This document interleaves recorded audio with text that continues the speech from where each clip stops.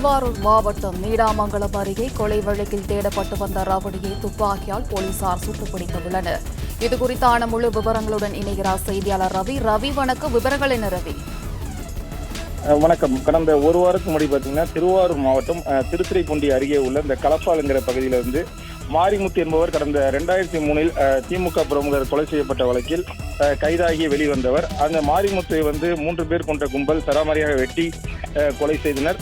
அதே போன்று கடந்த சில வருடங்களுக்கு முன்பு நீடாமங்கலம் பகுதியில் இந்திய கம்யூனிஸ்ட் கட்சி மாவட்ட செயலராக இருந்த ஒன்றிய செயலராக இருந்த நடேச கமலாருண் என்பவர் படுகொலை செய்யப்பட்டார். அதில் 3வது குற்றவாளியாகவும் இவர் உள்ளார். இந்த மனோ நிர்மல்ராஜ் என்பவர் இன்று நீடாமங்கலம் அருகே ஆதனூர் என்ற இடத்தில் நின்று கொண்டிருந்த பொழுது அவரை பிடிக்க சென்ற காவலர் விக்னேஷை அவர் கையில் அருவாளால் வெட்டிவிட்டு தப்பி ஓடியுள்ளார்.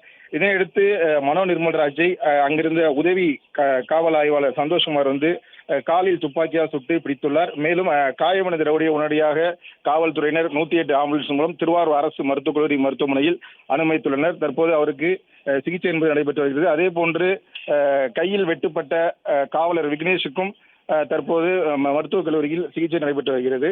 தொடர்ந்து இதனை மாவட்ட காவல் கண்காணிப்பாளர் ஜெயக்குமார் அவர்கள் பார்வையிட உள்ளார்.